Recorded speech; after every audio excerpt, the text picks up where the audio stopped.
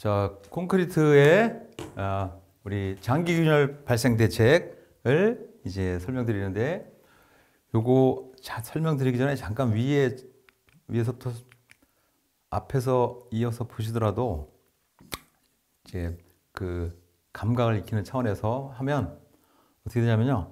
여러분들이 공부하시면서 이제 이게 뭐 중간 단계에서 설명드리니까 좀 이제 이상할 수는 있는데요.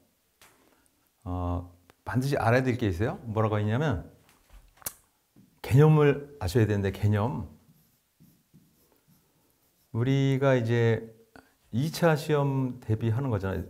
대부분 2차 시험 때문에 이제 1차 시험에는 안 나오니까요. 2차 시험, 2차 대비를 하시는데, 2차 시험 대비잖아요.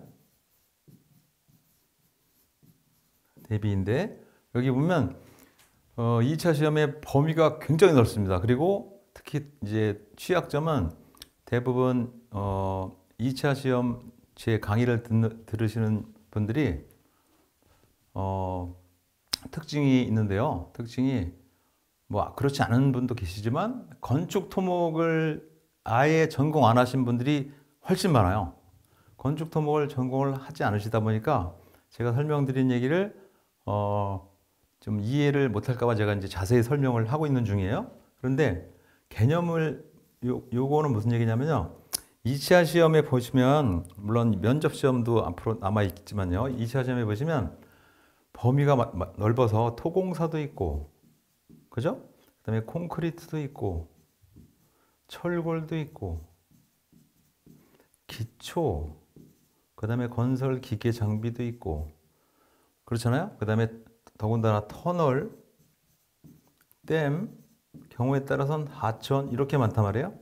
이렇게 많은데 이 중에서 시험에, 물론 여기에 제가 기록 안 한 것도 있어요. 심지어 이제 이게 보시면 어떻게 되느냐 하면, 이 많은 범위에서 문제가 한 문제 정도밖에 안 나와요. 한 문제 정도 안 나오는데, 이 책을 몽땅 암기하려고 하시면 이거는 될 수가 없어요.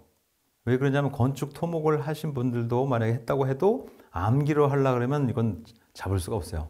그렇다고 이제 이러한 2차 과목은, 1차 과목은 산업안전보건 규칙 갖고 해요. 규칙 갖고 한단 말이에요. 근데 2차 과목은 규칙 갖고 하는 건 물론 그런 것도 있어요. 뭐 예를 들어 가설공사, 이런 것은 규칙 갖고 합니다. 이건 규칙, 뭐 산업안전보건법에 있어서 표준화 작업 지침에 의한 뭐 규칙상 어쩌고 저쩌고 물어보는 문제도 있긴 하지만, 대부분은 그 예외의 사항을 물어본단 말이에요. 그래서 컨셉을 잘 잡으셔야 돼요. 그래서 철근 콘크리트의 균열인데, 이것이 과연, 이거부터 생각하시는 거예요. 과연 이것이 시험에 나오는 범위냐 안 나오는 범위냐.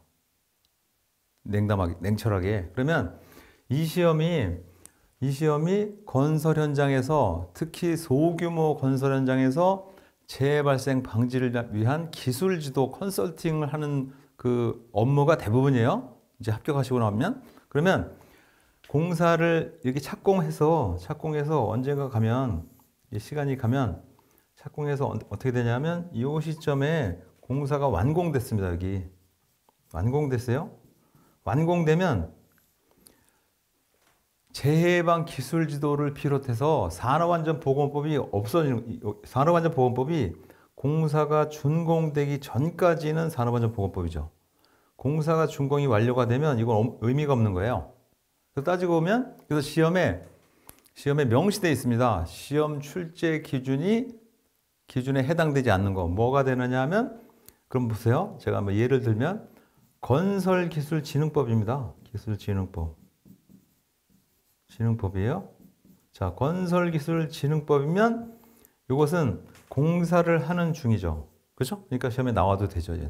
그런데 만약에 시설물 안전관리에 관한 특별법, 시특법이라고 부르는 거, 시특법은 공사 중에 해당되는 것이 아니고 유지관리에 해당된단 말이에요. 바로 여기에. 그러니까 이것은 시험 범위에 안 들어가죠. 안 들어갈 거 아니에요. 그렇죠? 안 들어갑니다. 따지고 보면 철근 콘크리트 균열 발생부 처리 방법에서 시험에 나온다면 얘는 법으로 따지면 뭐가 되느냐면 시특법에 해당되는 범위가 훨씬 많죠. 시특법에 해당되지 않는 범위도 있어요. 뭐가 있냐면 공사 중에 발생되는 균열은 이제 공사 중이니까 여기에 해당되겠죠. 근데 공사 이후에 장기적으로 나타나는 콘크리트의 균열은 시특법에 해당되는 범위이기 때문에 출제가 되면 안 되는 부분이죠. 이해가 하셨는지 모르겠어요. 자, 그렇게 이제 구분을 하셔서 이제 이해를 하셔야 돼요. 그런데도 불구하고 준공을 한 이후에 장기 균열에 대한 문제를 거론할 수 있어요. 그 거론하는 것은 이제 출제 기준에는 안 맞는데 맞을 수도 있어요. 어느 경우냐면 바로 기출문제인 경우. 그죠? 기출문제인 경우는 출제를 해도 되는 범위이거든요. 그래서 그렇게 이해하시는 거예요. 네, 그래서 제 얘기는 철근 콘크리트 균열 발생부 처리 방법에서 특히 준공하기 전까지 전 단계까지의 균열은 왜 생기고 균열이 발생되면 처리는 어떻게 하고 그쪽으로 신경을 쓰시면은 합리적인 방법이 되고요. 그다음에 준공 이후에까지 균열이 발생되는 부분은 어떻게 처리하나까지 염두에 두시면 시험 범위를 초과하게 되는 것이다라고 이제 이해를 하실 필요가 있어서 강조 드리는 바입니다. 이해를 하셨을 것으로 보고 이제 설명을 드리도록 하겠습니다. 자, 그래서 이제 균열이 발생됐다면 모든 측정 시험은 말입니다. 측정하거나 시험하는 것, 뭐 테스트하거나 다 똑같아요. 하는 것은 시작점이 바로 뭐냐면 사람도 똑같아요. 사람이 뭐 10명이 있습니다. 만약에 뭐 3명이 있어도 상관없고 10명이 있으면 이 중에서 내가 1명을 채용하겠다, 2명을 채용하겠다 했어요. 그것도 시험이 테스트잖아요. 테스트란 말이에요. 테스트의 시작점은 그래서 이제 머릿속으로 콘크리트니까 그런 머릿속으로 비파괴 시험의 종류다 이렇게 이제 연상을 하시면 비파괴 시험이다. 테스트하면 제일 먼저 시작하는 것이 뭐라고 하냐면 뭐 초음파법 그런 거 한단 말이에요. 초음파법 기타 등등. 천만의 말씀. 시작은 항상 외관으로 보는 거죠. 사람도 똑같잖아요. 사람도 어떤 사람을 평가할 때 제일 먼저 이 사람의 외관을 보는 거죠. 근데 육안 검사 한다고 콘크리트 깨지는 거 아니죠. 네, 그래서 육안 검사부터 비파괴 시험의 종류하면 육안 검사부터 쓰셔야 돼요. 그래야 올바른 이제 접근 방법이 되는 거죠. 그래서 균열부 측정을 육안 조사하고, 그죠? 네, 그다음에 비파괴 검사를 한다. 전 시간에 설명드린 거고. 자, 그래서 코어 채취도 하고, 코어 채취는 제가 설명드린 바에 따르면 뭐라고 했냐면, 코어 채취는 구멍이 뚫립니다. 콘크리트에. 벽에 뚫릴 수도 있고 바닥에 뚫릴 수도 있어요. 그러면 구멍이 뚫리는데 구멍이 작은 구멍이 아니고 굵은 골재 최대 치수 기준으로 해요. 코어를 채취했으니까 동그랗게 바닥에 이렇게 있은 말입니다. 바닥에 있으면 동그랗게 여기서 이만까지 채취한단 말이에요. 위에서 보면 어떻게 되냐면 이렇게 코어를 채취하는 거예요. 이렇게. 콘크리트에 구멍이 나죠. 그죠? 콘크리트가 이렇게 있으면 여기 구멍이 뚫리는 거죠. 따라서 이제 콘크리트 강도 시험 하라고 이제 직원을 보냈더니 곳곳마다 구멍을 뚫어버리면 안 되는 거 아니에요. 그죠? 그죠? 코어 채취를 하면 구멍이 뚫리니까. 그래서 구멍이 뚫리면 안 되기 때문에 코어 채취 시험은 이것은 언제 하냐면 시설물 관리 기준으로 A, B, C 등급이 있다 그랬어요. A, B, C, D 2등급. 2등급이 있는데 특히 C등급 아래로 확신을 가질 때 확정적으로 이것은 구분을 해보면 콘크리트의 품질관리상으로 구분을 해보면 A, B 등급은 아니고 최소한 제 아무리 잘 나와도 C등급 이하인 것이 이제 확신이 있을 때에만 코어 채취를 하는 거죠. 코어 채취를 합니다. 그래서 코어 채취를 할 때는 높이 기준도 있어야 되고 그다음에 폭의 기준도 지름 기준도 있어야 되겠죠. 그래서 굵은 골재 최대 치수 기준으로 2배로 하는데 우리는 이것까지는 알아볼 필요는 없어요. 뭐 2배로 하는지 1.5배, 3배로 하는지 높이는 어떻게 그것까지는 하지 마시고 코어 채취는 그래서 단정적으로 이것이 다른 시험을 해봤더니 콘크리트 품질에 치명적인 강도가 나오지 않는 경우가 되더라. 그런 경우에만 한해서 하는 시험이다 라고 이해하시면 되겠고요. 그 다음에 장기균열 발생입니다.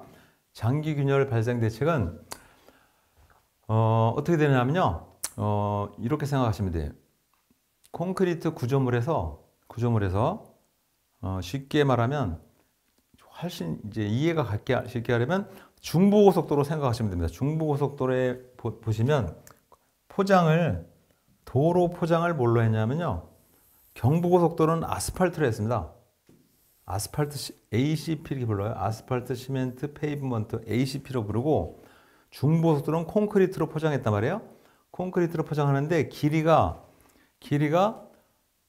뭐 200m 아니고 그렇잖아요. 경부선 관통합니다 이거. 그러면 길이가 무지하게 길기 때문에 여름에는 늘어나고 겨울에는 줄어들고 차가 지나가는 부분은 또 하중작용에 의해서 늘어나고 차가 지나가면 다시 또 원상복귀하고 그래서 그렇기 때문에 뭐가 있냐면 익스펜션 조인트, 컨트롤 조인트가 있어야 돼요. 팽창줄눈, 그 다음에 컨트롤 줄눈을 만들어놔야 됩니다. 그래서 중간중간 이제 중부고속도로 이제 운전하고 가시거나 아니면 뭐 옆자리에 타서 가시거나 버스를 타고 가셔도 뭐를 느낄 수 있냐면 중간중간 덜컹덜컹한 소리가 나요. 왜 소리가 나냐면 이 부분이 있어야만 콘크리트가 안 깨지거든요. 여름에 콘크리트도 늘어난단 말이에요. 사람도 아침하고 저녁하고 키가 다릅니다. 어떤 사람이 아침에 일어났더니 한 180 됐는데 이제 밤에 이제 근무하시고 저녁에 몸무게 키 재면 180이 안 돼요. 심지어 2cm, 3cm 차이 난단 말이에요. 왜 그러냐면 다니는 동안 수축했기 때문이죠. 하중작용에 의해서. 대신에 아침에 일어나면 누워서 잠을 주무셨기 때문에 관절도 늘어나고, 그죠? 관절도 늘어나고, 뼈 자체도 좀 늘어나고, 근육도 이완되고, 마찬가지예요, 이거. 그래서 팽창줄눈, 그 다음에 조절줄눈을 만들어 놓습니다. 예. 기상작용에 의해서, 그래서 이것이 장기적으로 균열이 발생되는 것을 방지하기 위해서 설치해 놓은 줄눈이죠. 줄눈을 우리는 이렇게 부릅니다. 조인트 이렇게 불러요. 그 다음에 균열에는 두 가지 종류가 있습니다. 균열에는 어떻게 종류가 있냐면요.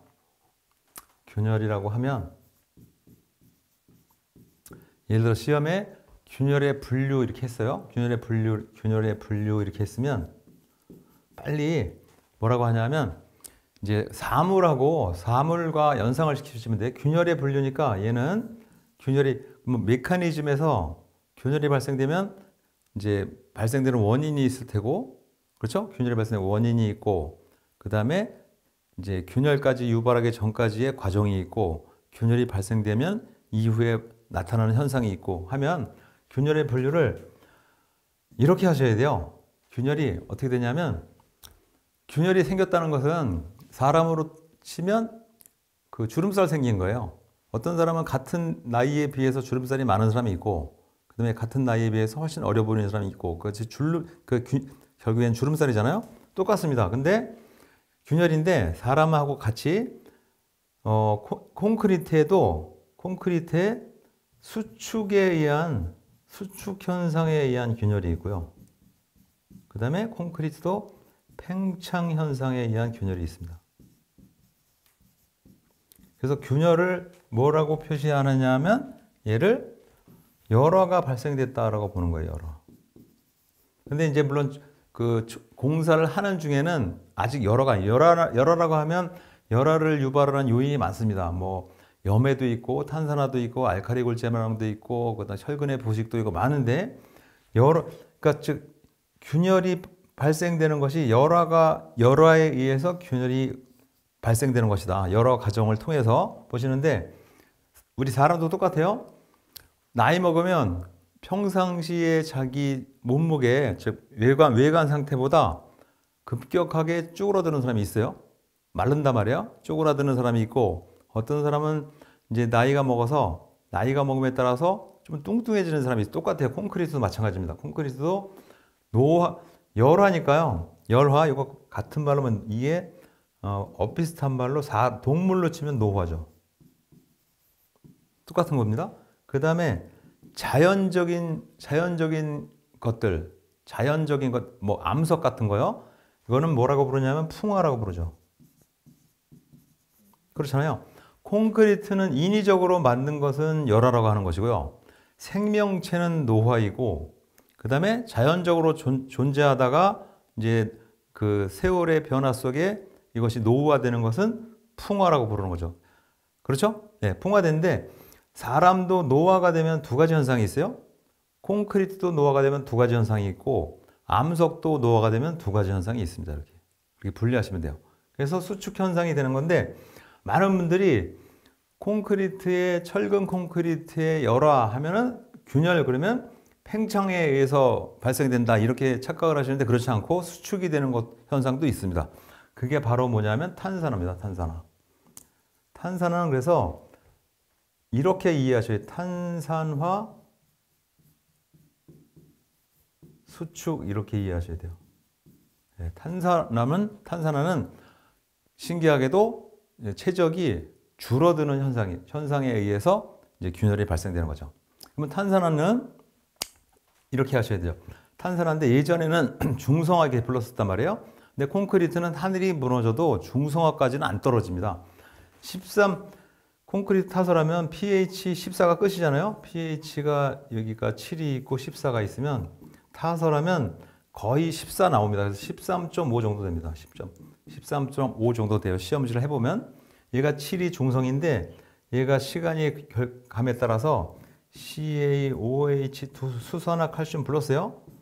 플러스 이산화탄소 결합하면 CaCO3 플러스 H2O 나옵니다. 그죠? H2O 나오면 즉 이산화탄소 때문에 이산화탄소가 침투된다. 이걸 탄산화 불렀어요. 탄산화가 되면 얘가 시간이 감에 따라 점차 7로 갑니다. pH 농도가 7로 가는데 절대적으로 7까지는 안 가요. 왜? 기본 성질이거든요. 강알칼리 성질이기 때문에 제 아무리 이산화탄소가 침투를 해도 알갱이 자체마다 에워싸는 경우는 못 생기기 때문에 얘가 대략 한 8.5 정도 되면 8.5에서 페놀프탈레인 용액이 적색으로 변한단 말이에요. 그 시점 그걸 우리는 탄산화가 됐다 이렇게 보는데 그래서 탄산화가 이제 콘크리트의 수축에 의해서 발생되는 균열 현상이다. 화학적 반응이죠. 그래서 WB 워터 바인더 그죠? 워터 바인더 즉 물 결합제비이고요. 그죠? 바인더 했습니다. 바인더는 뭐냐면 옛날에는 WC 했습니다. WC 물 시멘트비 물과 시멘트의 비 화장실 아니고요. 물과 시멘트의 비인데 지금은 시멘트 재료에 뭘 섞었냐면 이걸 많이 섞잖아요. 그죠? 이게 바로 뭐냐면 혼화제이죠. 혼화재료 뭐 예를 들어서 그 고로슬래그도 있고 그렇죠? 플라이애시도 있고 그래서 결합제이기 때문에 이걸 바인더 불렀습니다. 바인더 앞자 따서 물 결합제비 이렇게 하고죠. 그래서 그렇기 때문에 물 결합제비 즉 탄산화가 되려면 이산화탄소가 얘가 강알칼리성을 얘가 어떻게 중성화로 이제 자꾸만 만들려는 성질이 있으니까 얘가 강알칼리성이 좀 강력해야 되겠죠. 그래서 강알칼리성이 나타나도록 물 결합제비를 낮춰라. 왜? 물 결합제비를 낮춰야만 어떻게 강알칼리성을 확보할 수 있기 때문에 이런 얘기고요. 그 다음에 밀실한 콘크리트 타설은 뭐냐면 밀실 이산화탄소가 깼으니까요. 공기 중에 있는 이산화탄소가 침투되지 말라고 치밀하게 콘크리트를 듬성듬성 하지 말고 밀실하게 치밀하게 콘크리트를 타설해라 이런 얘기죠. 그래서 이제 국내에 보면 그 전 세계 어디를 가도 대부분의 국가에서는 콘크리트의 표면을 뭐 페인트를 한다든지 아니면은 뭐 타일을 붙인다든지 하는 것을 거의 안 해요. 단가가 비싸기 때문에. 왜? 그 이유는 단가가 비싸기 때문이기도 하고 그 다음에 이산화탄소가 농도가 지구 표면이 이렇게 골고루는 아니고요. 지구가 이렇게 있으면 전 세계가 이산화탄소 농도가 골고루 이렇게 되어 있는 건 아니고 일부 우리나라처럼 일부 여기 중국이 있잖아요. 차이나. 중국에서 공장에서 많이 온단 말이에요. 이산화탄소가. 그래서 요 지역 그러니까 중국도 포함되죠. 당연히 중국, 그다음에 일본, 한국 요 지역만 유난히 그 비싼 비용 들여서 타일을 붙이고 그다음에 표면에 페인트 칠한단 말이에요. 그게 바로 뭐냐면 밀실한 콘크리트 타설과 밀접한 관계가 있는 거죠. 밀실한 콘크리트 타설은 다시 말하면 뭐냐면 다짐을 많이 해서 재료 분리가 나타나지 않도록 하고 그다음에 또 밀실한 콘크리트 타설이 안 되니까 제 아무리 해도 듬성듬성 한단 말이에요. 그러니까 우리 마감 작업, 마감 미장 하잖아요. 그것이 밀실한 콘크리트 타설과 밀접한 연관이 있는 거죠. 그래서 탄산화 저감 대책이 되겠고 그다음에 피복 두께가 확보돼야 되겠다. 그죠? 네, 피복 두께. 피복 두께는 뭐냐면 콘크리트가 표면입니다. 이것이 표면이고 콘크리트 두께예요. 그러면 철근이 이렇게 있습니다. 그죠? 이렇게 있단 말이에요. 철근이 있으면 여기서부터 철근의 상단부터 여기까지 거리 이걸 피복 두께 부르는 거죠. 그래서 피복 두께가 많이 확보될수록 탄산화가 저감된다 이런 얘기죠. 탄산화에 의한 균열을 예방할 수 있다. 그러니까 탄산화에 의해서 균열이 발생되는 메커니즘을 보면 이렇게 할 수 있죠. 즉 탄산화에 의한 균열 메커니즘 이건 제일 중요하니까 한번 써볼게요. 한번 써보면 이렇게 됩니다. 탄산화에 의한 균열 메커니즘은 맨 처음에 CaOH2 됐습니다. 요거는 좀 내용이 어려워서 이제 앞에 부분부터 자세히 집중해서 들으신 분들은 아 맞다 이렇게 할 수 있고 듬성듬성 대충 들으신 분들은 무슨 얘기인지 몰라요. 그런데도 불구하고 무슨 얘기인지 몰라도 괜찮아요. 이해하시는 분은 되는 거고 지금 입장에서 뭐 여기까지 했는데 무슨 얘기인지 모르겠습니다 하면 넘어가셔도 상관없습니다. 예. 자, 이렇게 되면 얘는 pH 성조가 강알칼리성이라서 pH 13.5 정도 됐어요. 됐는데 그래서 얘는 부동태막이 형성되어 있는 거죠. 부동태막이 형성되어 있는 상태고 얘가 이산화탄소 침투를 받아서 얘가 이렇게 됩니다. 플러스 H2가 된다 그랬잖아요. 요거를 뭐냐면 활성태화 됐다 그래요. 활성태. 얘는 활성태가 됐습니다. 활성태가 됐고요. 그 다음에 활성태가 되면서 얘가 철근이 부식하게 됩니다. 철근이 부식하게 되면 철근이 이렇게 들어있단 말이에요. 여기 가운데에 철근이 이렇게 들어있는데 철근이 부식한다는 것은 표면이 좀 커진다는 거죠. 두께가. 그러면 철근이 부식하는데 화학 반응에 의해서 커지기 때문에 얘가 팽창을 이렇게 하게 되죠. 팽창을 하면 보시는 바와 같이 팽창을 하면 이쪽으로 갈 데가 없어. 그러니까 결국에는 이렇게 올라오죠. 이렇게 올라오면 얘가 버티다가 결국엔 균열이 이렇게 생길 수밖에, 이렇게 터지게 되죠. 이렇게. 그죠? 그래서 나타나는 현상으로 보면 철근이 부식해서 균열이 발생하게 되는데 탄산화도 최적이 팽창하는구나 이렇게 착각할 수 있지만 탄산화 자체는 수축되는 반응이고 철근의 부식에 의해서 결국에는 최적이 증가되는 우리 외관상의 특징은 있는 거죠. 철근이 부식하게 되면 약간 난이도를 높이 하면 두 가지가 있습니다. 철근이 부식해서 나타나는 현상 하나는 철근이 부식하게 되면 철근의 단면이 어떻게 돼요? 부식하게 됐으니까 유효 단면이 수축하게 되죠. 줄어들죠. 그 다음에 또 하나는 철근이 부식하게 되면 응력이 집중됩니다. 응력이 집중됩니다. 나이가 먹으면 대부분 사람들은 나이가 먹으면 관절이 안 좋아요. 왜 그러냐면 젊었을 때는 모든 힘이 분산이 잘 됐어요. 관절로도 가고 근육으로도 가고 했는데 나이가 먹으면서 퇴화되면서 노화되면서 즉 퇴화 노화 콘크리트 치면 열화라고 했어요. 퇴화되면서 모든 스트레스의 하중을 자기가 받는 모든 스트레스가 어디 관절로 집중되는 거죠. 그죠? 그래서 관절로 집중되기 때문에 그러한데도 불구하고 무리한 운동을 한다든지 하면 관절에 손상을 입는 거죠. 이게 똑같아요. 모든 응력 영어로 하면 스트레스가 철근 쪽으로 집중하게 되는 거죠. 그래서 응력이 집중하게 철근 부식 하면 두 가지. 철근 단면의 감소가 있고 응력의 집중이 있고 철근이 부식이 되면 콘크리트 표면의 팽창이죠. 표면이 팽창하게 돼서 그럼 자 보세요.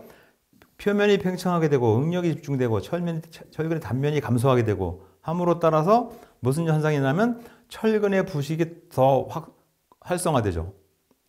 지금도 철근이 조금 부식이 돼서 난리가 났는데 이걸 그냥 방치해두면 이 현상이 점점 더 가속화되죠. 왜냐하면 이산화탄소가 CO2가 빈 공간으로 더 많이 들어오기 때문이죠.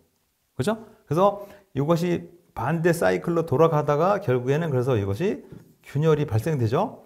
균열이 발생됐는데 균열이 발생되는 폭이 점점 더 확대화되죠. 과거 20년 동안 균열이 한 5mm 되었다면 이걸 내버려 두면 향후 20년 동안도 5mm가 아니고 향후엔 1년에도 5mm 이상의 균열이 발생될 수 있는 거죠. 그러면 균열이 발생되어서 이제는 쉽게 말하면 붕괴 현상이 발생될 수 있는 거죠. 그래서 탄산화가 가장 콘크리트에서 제일 먼저 검토해야 될 탄산화 현상이 탄산화를 저감하는 대책이 수립되어 있느냐 아니면 대책이 수립되어 있지 않느냐에 따라서 내구성이 좌우되는 얘기죠. 그래서 탄산화가 이걸 생각해 볼 수 있어요. 아파트가 같이 준공을 했는데 같이 30년이 경과됐어요. A 아파트하고 B 아파트. 그런데 어떤 아파트인 경우에는 어떤 집 경우에는 멀쩡하고 어떤 집 경우에는 같은 30년인데 형편없어요. 사람도 똑같아요.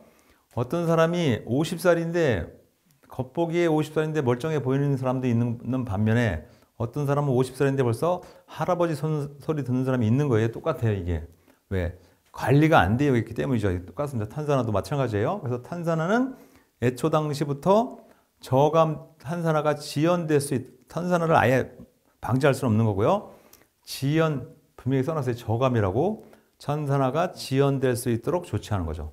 탄산화가 지연되도록 조치하는 것이니까 여기 있는 것처럼 이제 우리 저감 대책 이렇게 하실 때는 시험에 이렇게 나온단 말이에요.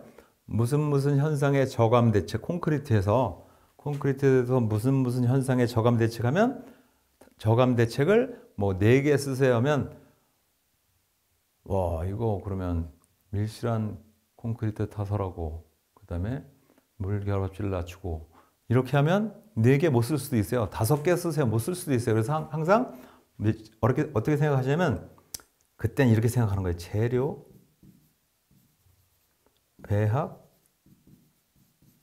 시공, 그 다음에 타설하는 방법에 따라서 그 다음에 유지관리 이렇게 하시면 하나, 둘, 셋, 넷, 다섯 하나씩만 써도 5개가 써지잖아요. 그죠? 이렇게 되는 거죠.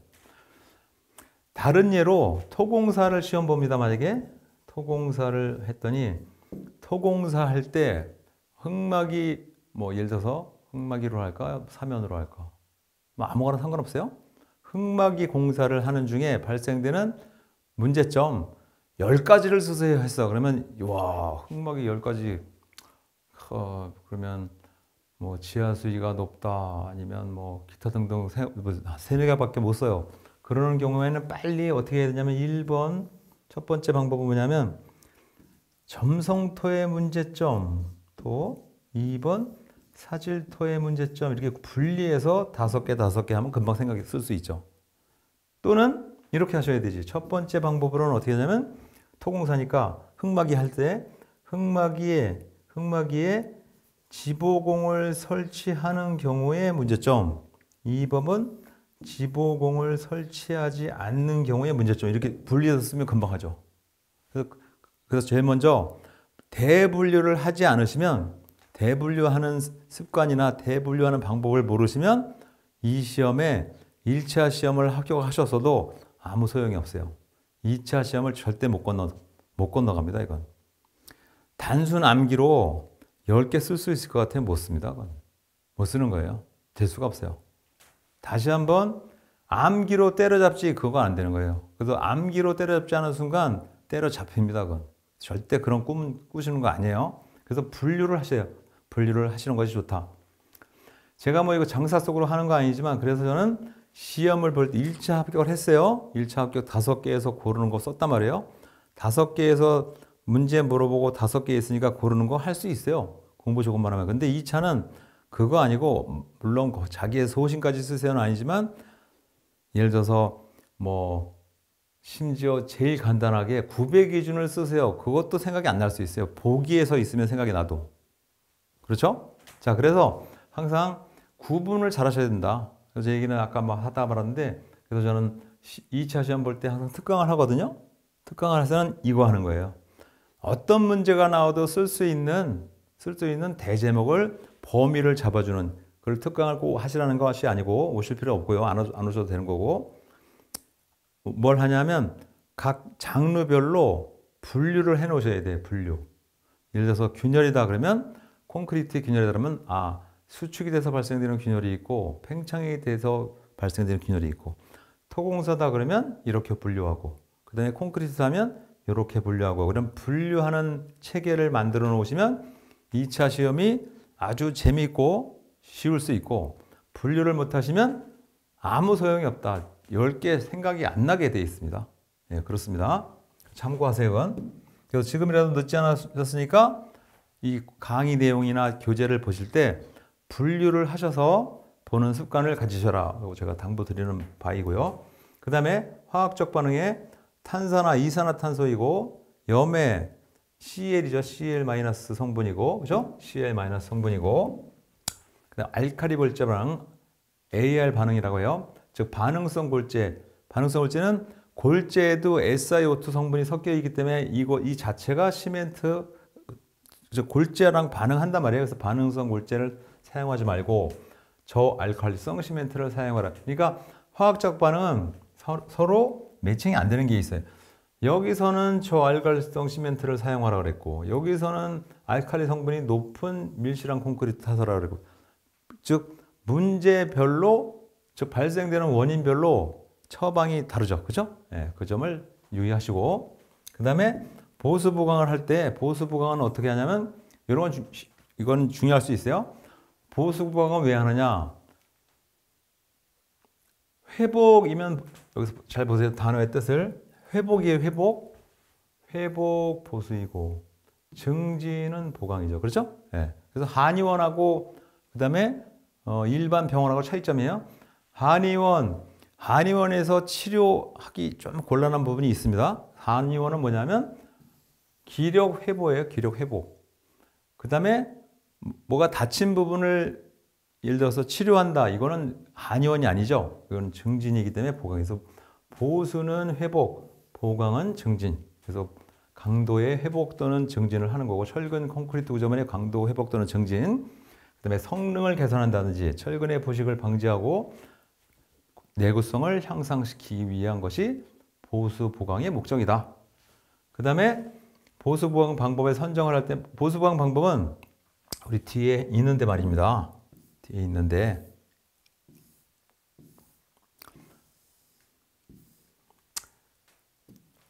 뭐 읽어보시면 금방 이해가 가니까 대신 읽어드리진 않고요. 강강충치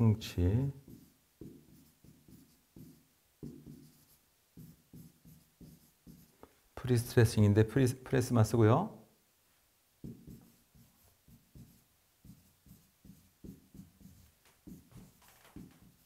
이렇게 했습니다. 자, 그래서 기억하기 쉬우시라고 충치는 충치인데 아주 많이 충치가 걸려서 그래서 강강충치예요. 강강충치가 걸리면 프레스기에 넣고 탄소를 넣어라. 많이 이렇게 해서 암기를 하시면 좋지 않을까 해서 제가 써놨습니다. 꼭 이 방법 때 하시라는 건 아니에요. 그래서 강판 부착, 강제 앵커, 프리스트레싱, 그 다음에 탄소 섬유 부착. 요게 파란 거 한 개 보강이고요. 나머지 한 거는 보수입니다. 그래서 요 내용 기억하지 마시고 이것만 하시면 돼요. 네 가지의 보수 공법이 있고 네 가지의 보강 공법이 있다. 이렇게 하시면 충분히 뭐 커버할 수 있습니다. 그 다음에 이제 이 2차 과목을 이제 전공을 안 했는데도 불구하고 왜 시험을 2차 과목을 하느냐 하면요. 이 시험이 밑에 참고로 그려놨으니까 뭐 이해 보시 한번 읽어 보시면 이해가 잘 갈 거로 보이고요. 이걸 왜 해놨냐면 이게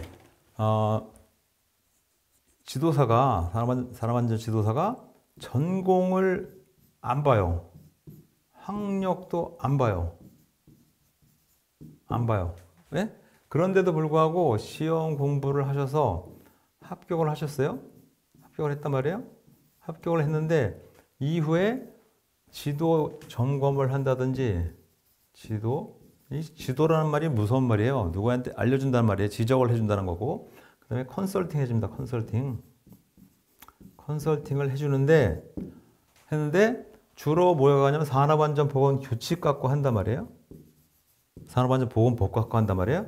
법을 갖고 지적을 했더니 그 사람이 뭐라고 하냐면 이게 말입니다. 이렇게 하면 탄산화가 촉진되기 때문에 우리는 이렇게 할 수가 없어서 이렇게 했어요. 했더니 탄산화요? 잠깐만요. 탄산화를 이렇게 할까봐 이 2차 과목을 하는 거예요.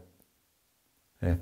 이렇게 하면 안 돼. 이렇게 하면 안 돼요. 이렇게 하면 위험합니다. 했더니 이 집안은 액상화 현상이 또는 다일러턴시 현상이 발생되는 지역이라서 이 지역은 이렇게 했더니 다 뭐요? 잠깐만요. 이럴까봐 하는 거예요. 그래서 용어 자체는 알아야 돼요. 용어를 이제 개요부터 문제점, 원인 대책, 그 다음에 우리가 실무를 어떻게 적용하고 이것까지는 몰라도 용어 자체는 내가 안다. 자세히는 몰라도 즉 그 차원으로까지만 공부하는 거예요. 왜? 그 시험 보는 목적이 이거예요. 지도 점검을 하러 가셨는데 이 말이 무서운 거예요. 더군다나 컨설팅 이것도 마찬가지고요. 이걸 하러 가셨는데 그 현장에 있는 현장 대리인이 한마디를 했더니 그걸 못 알아들으셔요. 그러면 지도 점검 컨설팅이 완전히 무색하게 되잖아요. 그래서 용어 자체를 익히라고 2차 시험을 보는 것이다. 그 다음에 따라서 깊게 말고 범위의 분류를 잘 하셔야 된다. 그걸 제가 다시 한번 강조 드리는 바이죠. 그래서 보수보강에는 보수의 4개, 보강의 4개는 꼭 기억하셔야 되겠다는 설명을 드리면서 장기균열 대책 수업을 마무리하도록 하겠습니다. 감사합니다.